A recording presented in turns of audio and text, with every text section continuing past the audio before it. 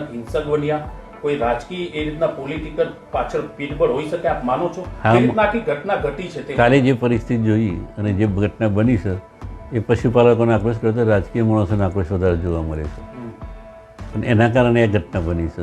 એટલે આ ઘટનાને અમે દુઃખદ ગણીએ છીએ, વખોડી કાઢીએ છીએ. તમે એ જાણો છો, હું એ જાણું છું.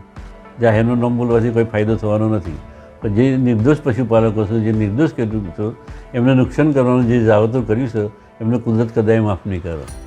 મારી નમ્ર વિનંતી છે, સૌ સાથ અને સહકારથી જે નરેન્દ્રભાઈનું વિઝન છે એ વિઝનને આપણે પૂર્ણ કરીએ. ગુજરાત સરકાર પણ આપણી સાથે છે. સરકારે પણ જલ્દી ઓડિટ પૂરા માટેની આપણને ખાતરી આપી છે. હિસાબો પૂરા થયા પછી જલ્દીથી માફીની રકમ ચૂકવી દઈશું. કાલે ઘટના બની એ આપણા સૌના માટે એક દુઃખદ વસ્તુ છે.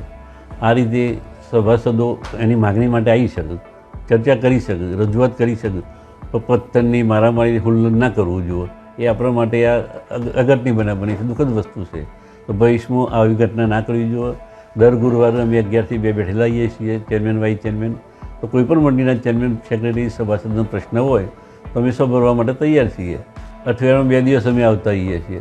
તો કોઈ મંડળીના ચેરમેન કે સેક્રેટરી તરીકે કોઈ સભાસદે આ બાબતે અમારા સાથે ચર્ચા કરવા નથી આવ્યા અને સીધું આવેદનપત્ર ચાલુ કરી દીધું. દર વખતની પેઠે એજીએમનો ભાવ નક્કી કર્યા પછી જ ચૂકવતા હોઈએ છીએ. એ પ્રણાલિકા પ્રમાણે ચાલીએ છીએ અત્યારે.